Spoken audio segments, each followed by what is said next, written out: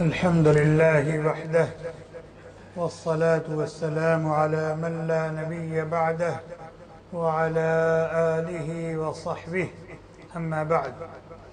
أعوذ بالله من الشيطان الرجيم. بسم الله الرحمن الرحيم. الله لا إله إلا هو الحي القيوم لا تأخذه سنة ولا نوم له ما في السماوات وما في الأرض من ذا الذي يشفع عنده إلا بإذنه يعلم ما بين أيديهم وما خلفهم ولا يحيطون بشيء من علمه إلا بما شاء وسع كرسيه السماوات والأرض ولا يؤوده حفظهما وهو العلي العظيم. عن أبي بن كعب رضي الله عنه قال قال رسول الله صلى الله عليه وسلم أبا المنذر أتدري أي آية معك من كتاب الله أعظم؟ قال قلت الله لا إله إلا هو الحي القيوم. قال فضرب في صدري وقال ليهنك العلم أبا المنذر. رواه مسلم. وعن أبي أمامة رضي الله عنه قال قال رسول الله صلى الله عليه وسلم من قرأ آية الكرسي دبر كل صلاة لم يمنعه من دخول الجنة إلا أن يموت. رواه الترمذي والطبراني بإسناد صحيح أو كما قال النبي صلی اللہ علیہ وسلم. حضرت ابی بن کعب رضی اللہ تعالی عنہ قرائے صحابہ میں سے ہیں، جلیل القدر صحابی ہیں. کہتے ہیں کہ نبی کریم صلی اللہ علیہ وسلم نے مجھ سے پوچھا ابو المنذر ان کی کنیت. ابو المنذر اللہ تبارک و تعالی کا کلام جو تمہارے پاس ہے ان میں سب سے بڑی آیت کون سی ہے تمہیں معلوم ہے؟ اتدری ای آیت معک من کتاب اللہ اعظم. تم حافظ قرآن کریم ہو، تمہیں یہ معلوم ہے کہ تمہیں جو آیات یاد ہیں ان میں سب سے عظیم اور سب سے بڑی آیت کون سی ہے؟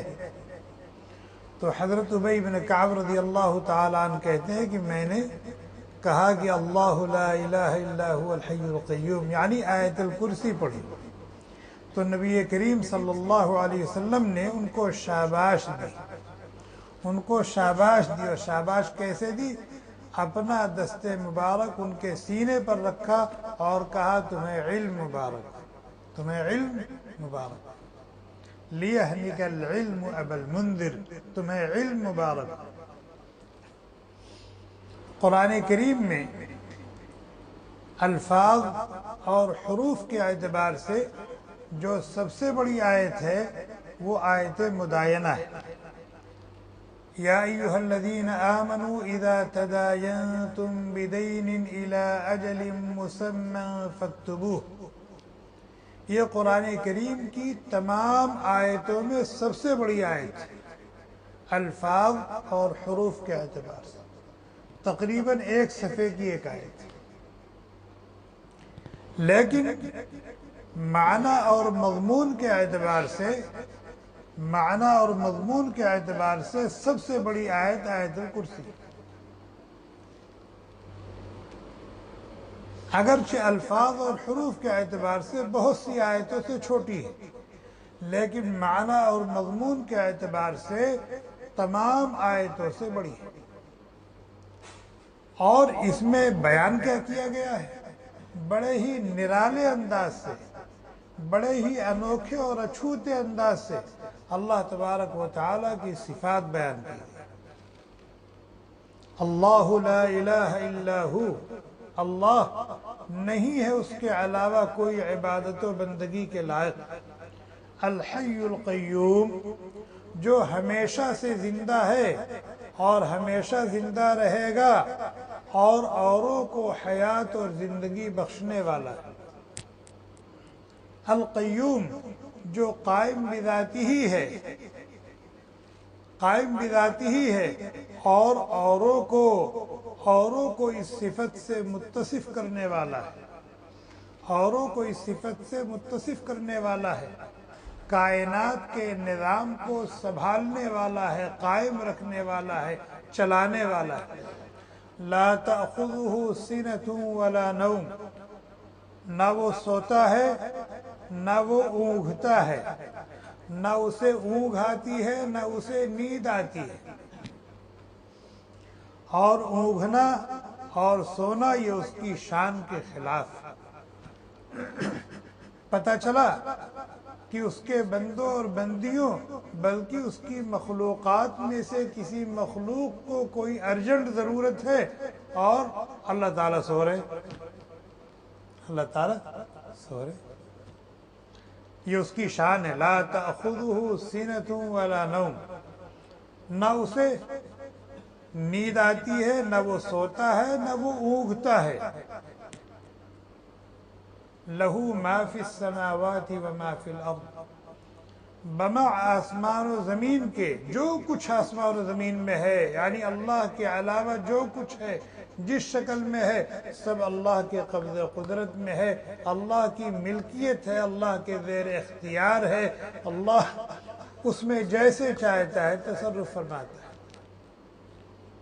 من ذا الذی یشفع عنده الا باذنہ، کسی کی مجال نہیں ہے کہ اس کی اجازت کے بغیر زبان کھول دے، کسی کی مجال نہیں ہے کہ اس کی اجازت اور مرضی کے بغیر کسی کی سفارش کر دے، کسی کے بارے میں زبان کھول دے۔ من ذا الذی یشفع عنده الا باذنہ یعلم ما بین ایدیہم وما خلفہم، اپنی تمام مخلوقات کے اگلے اور پچھلے تمام احوال سے باخبر ہے اور واقف ہے۔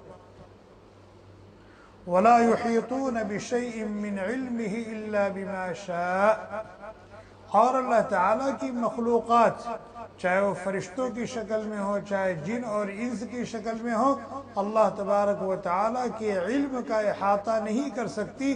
ہاں اللہ جس کو جتنا علم دے دے، جو کچھ بتا دے وہ اس کو معلوم ہو جائے، لیکن بغیر اللہ کے بتائے ہوئے، بغیر اللہ کے سکھائے ہوئے، بغیر اللہ کے جتائے ہوئے کوئی کچھ جان لے یہ اس کے بس میں نہیں۔ وسع کرسیہ السماوات والارض، اللہ تبارک و تعالی جس کرسی پر اپنی شان کے مطابق جلوہ افروز ہے، تشریف فرما ہے، اس کرسی کی وسعت آسمان و زمین سے کہیں زیادہ ہے، اس کرسی کی وسعت آسمان و زمین سے کہیں زیادہ۔ وسع کرسیہ السماوات والارض ولا یؤودہ حفظہما، آسمان و زمین کو سنبھالنا اور قائم رکھنا اور کائنات کے نظام کو چلانا اور مخلوقات کی حاجات و ضروریات کو پورا کرنا، ان کی مشکلات کو دور کرنا، ان کے مسائل کو حل کرنا اللہ تبارک و تعالیٰ کے لیے کچھ مشکل نہیں ہے۔ جیسے ہم کام کرتے ہیں تو تھک جاتے ہیں، تو اللہ تعالیٰ بھی تھک جاتے ہیں؟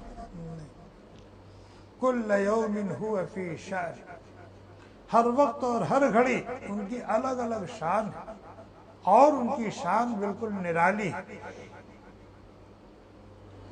وَهُوَ الْعَلِيُّ الْعَظِيمُ، وہ بلند و بالا ہیں، بڑی عظمت والے۔ اس مختصر سی آیت کریمہ میں 10 مضمون بیان کیے گئے ہیں۔ کتنے مضمون؟ 10 مضمون بیان کیے گئے ہیں جن کا تعلق اللہ تبارک و تعالیٰ کی شان سے، جن میں اللہ تعالیٰ کی صفات بیان کی گئی، اللہ تعالیٰ کی عظمت اور کبریائی کے گن گائے گئے۔ اس لیے یہ آیت کریمہ اگرچہ الفاظ اور حروف کے اعتبار سے چھوٹی ہے، لیکن معنی اور مضمون کے اعتبار سے قرآن کریم کی دوسری صورتوں سے بڑی ہے۔ اسی لیے نبی کریم صلی اللہ علیہ وسلم نے پوچھا، ابو المنذر قرآن کریم کی جو آیات تمہیں یاد ہیں ان میں سب سے بڑی آیت کون ہے تجھے معلوم ہے؟ تو انہوں نے کیا بتایا؟ آیت الکرسی۔ پھر نبی علیہ السلام نے ان کو مبارکباد دی۔ ان کو مبارکباد دی۔ ایک اور حدیث بھی آپ کو سنائی گئی، حضرت ابو امامہ رضی اللہ تعالی عنہ کہتے ہیں کہ نبی کریم صلی اللہ علیہ وسلم نے فرمایا کہ جو آدمی ہر فرض نماز کے بعد آیت الکرسی پڑھتا ہے، جو آدمی ہر فرض نماز کے بعد آیت الکرسی پڑھتا ہے، اس کے معنی اور مفہوم کو ذہن میں رکھ کر کے پڑھتا ہے اور اس کے تقاضوں پر عمل کرتا ہے، اس کے تقاضوں پر عمل کرتا ہے، تو اس کے جنت میں داخل ہونے سے مانع اور روکنے والی چیز کیا ہے؟ موت۔ جب تک موت نہیں آئے گی تب تک آدمی دارالعمل سے دارالجزا میں منتقل نہیں ہو سکتا۔ مانع کیا ہے؟ موت ہے۔ موت آئے گی وہ سیدھے رحمت خداوندی میں غوطہ زن ہو جائے گا۔ موت آ گئی وہ سیدھے جنت میں اور جنت کی نعمتوں سے لطف اندوز ہوگا۔ یہ فرمایا من قرأ آیت الکرسی دبر کل صلاة لم یمنعہ من دخول الجنت الا ان یموت، جو آدمی ہر فرض نماز کے بعد آیت الکرسی پڑھتا ہے اور معنی مفہوم کو ذہن میں رکھ کر کے پڑھتا ہے اور اس کے تقاضوں پر عمل کرتا ہے، اس کے مطابق اس کا ایمان ہے، عمل ہے، تو جنت میں جانے سے جو چیز رکاوٹ بنی ہوئی ہے، مانع بنی ہوئی ہے، وہ موت کا نہ آنا ہے۔ موت آئے گی وہ سیدھے اللہ تبارک و تعالیٰ کی رحمتوں میں، نعمتوں میں غوطہ-زن ہو جائے گا، اس سے لطف اندوز ہوگا۔ خود نبی کریم صلی اللہ علیہ وسلم کا معمول تھا کہ آپ ہر فرض نماز کے بعد آیت الکرسی پڑھتے، جیسے دوسرے اوراد و اذکار کرتے تھے، اسی طریقے سے آیت الکرسی کی تلاوت کا بھی اہتمام فرماتے تھے۔ مغرب کی نماز کے بعد 3 مرتبہ پڑھتے تھے، فجر کی نماز کے بعد 3 مرتبہ پڑھتے تھے، باقی ظہر اور عصر، عشاء، ان 3 نمازوں کے بعد ایک مرتبہ پڑھتے تھے۔ تو ہمیں بھی اپنے معمولات میں اس کو داخل کرنا چاہیے اور اہتمام کے ساتھ ہر فرض نماز کے بعد آیت الکرسی پڑھنا چاہیے۔ ایک واقعہ ہے بخاری شریف میں، لیکن چونکہ بہت لمبا ہے اس لیے میں نہیں سناؤں گا، بس اس کا ایک حصہ سناتا ہوں۔ نبی کریم صلی اللہ علیہ وسلم نے زکوٰۃ الفطر، رمضان کا مہینہ رہا ہوگا، لوگوں نے صدقۃ الفطر لا کر کے مسجد میں جمع کیا ہوگا، کھجور کی شکل میں، جو کی شکل میں، کشمش کی شکل میں، گندم کی شکل میں، چاول کی شکل میں۔ تو حضرت ابو ہریرہ رضی اللہ تعالی عنہ کو اللہ کے نبی علیہ السلام نے اس کا نگراں مقرر کر دیا، اب وہ اس کی نگرانی پر بیٹھا۔ جب رات کا کچھ حصہ گزر گیا تو انہوں نے دیکھا کہ ایک شخص آیا، اس کے ہاتھ میں بورا ہے اور آ کر کے اس نے بھرنا شروع کر دیا۔ انہوں نے جا کر کے پکڑ لیا، وہ رونے لگا، انی محتاج، کہ میں ضرورت مند ہوں، میرے بیوی بچے ہیں اور میرے فاقہ ہو رہا ہے، میں پریشانی میں ہوں، اس سے مجبور ہو کر کے میں نے یہ قدم اٹھا لیا، مجھے معاف کر دو، اب میں نہیں آؤں گا۔ چنانچہ انہوں نے معاف کر دیا، ان کو ترس آ گیا، معاف کر دیا۔ صبح کو نبی علیہ السلام کی مجلس میں آئے تو اللہ کے نبی علیہ السلام نے پوچھا کہ ابو ہریرہ کل کے چور کا کیا ہوا؟ کل کے چور کا کیا ہوا؟ حالانکہ ابو ہریرہ نے بھی ذکر بھی نہیں کیا، لیکن بذریعہ وحی اللہ کے نبی علیہ السلام کو اطلاع دے دی گئی۔ تو انہوں نے سارا واقعہ سنایا اور کہا کہ وہ رونے لگا، بلبلانے لگا، معافی مانگنے لگا، تو مجھے اس کے حال پر ترس آ گیا، میں نے چھوڑ دیا اور اس نے وعدہ کیا کہ اب نہیں آئے گا۔ اللہ کے نبی علیہ السلام نے فرمایا کہ وہ پھر آئے گا۔ چنانچہ دوسرے دن وہ ہوشیار تھے کہ جب نبی نے فرما دیا پھر آئے گا تو آئے گا، وہ ہوشیار تھے، دیکھا کہ پھر آیا اور وہی کام شروع کیا، پھر پکڑ لیا، پھر رونے لگا، معافی مانگنے لگا، تو پھر ان کو ترس آ گیا، چھوڑ دیا۔ دوسرے دن صبح کو حاضر خدمت ہوئے، اللہ کے نبی نے پوچھا ارے ابو ہریرہ کل کے چور کا کیا ہوا؟ تو بتایا کہ وہ آیا تھا اور اس طریقے سے میں نے اس کو پکڑ لیا، تو پھر وہ منت سماجت کرنے لگا، معافی مانگنے لگا، تو میں نے چھوڑ دیا۔ فرمایا کہ وہ وعدہ کر کے گیا کہ نہیں آئے گا لیکن پھر آئے گا۔ چنانچہ تیسری شب میں یہ پھر ہوشیار رہے، اور اپنے وقت پر وہ پھر بورا لے کر کے آ گیا. تو انہوں نے جا کے پکڑ لیا اور کہا یہ تیسری غلطی ہے، اب معاف نہیں کروں گا. یہ تیسری غلطی ہے، اب معاف نہیں کروں گا. تو نے 2 مرتبہ وعدہ، 3 مرتبہ وعدہ کیا اور تینوں مرتبہ وعدہ خلافی کی. کل تمہیں عدالت میں پیش کیا جائے گا، کل تمہیں عدالت نبوی میں پیش کیا جائے گا. پھر وہ رونے لگا اور کہنے لگا کہ اگر تم مجھے چھوڑ دو تو میں تمہیں ایک نفع کی بات بتاؤں. اگر تم مجھے چھوڑ دو تو میں تمہیں ایک نفع کی بات بتاؤں جس سے تمہارا بہت بھلا ہوگا. اب یہ خیر کے حریص تھے، علم کے حریص تھے. انہوں نے کہا ٹھیک ہے بتاؤ. چنانچہ اس نے یہ کہا کہ جب رات میں آپ سونے کے لیے آیا کریں بستر پر تو آیت الکرسی پڑھ لیا کریں. آیت الکرسی پڑھ لیا کریں. جب آیت الکرسی پڑھ لیں گے تو اللہ کی طرف سے ایک محافظ اور نگراں مقرر کر دیا جائے گا، ایک فرشتہ آپ کی حفاظت پر مامور کر دیا جائے گا. اور یہ جو بیٹھ کے آپ رات بھر جاگ رہے ہیں اور اس کی نگرانی اور حفاظت کر رہے ہیں، اس سے آپ محفوظ ہو جائیں گے. آپ کی بھی حفاظت ہوگی، چیزوں کی بھی حفاظت ہوگی. آیت الکرسی پڑھ لیا کریں. اور صبح تک کوئی شیطان آپ کے قریب نہیں آ سکتا. لن یقربک شیطان حتی تصبح. صبح تک کوئی شیطان آپ کے قریب نہیں آئے گا. آپ اپنی زندگی میں اس عمل کو داخل کر لیں. صبح ہوئی، حضرت ابو ہریرہ رضی اللہ تعالی عنہ حاضر خدمت ہوئے. اللہ کے نبی علیہ السلام نے پوچھا بھئی کل کے قیدی کا کیا ہوا؟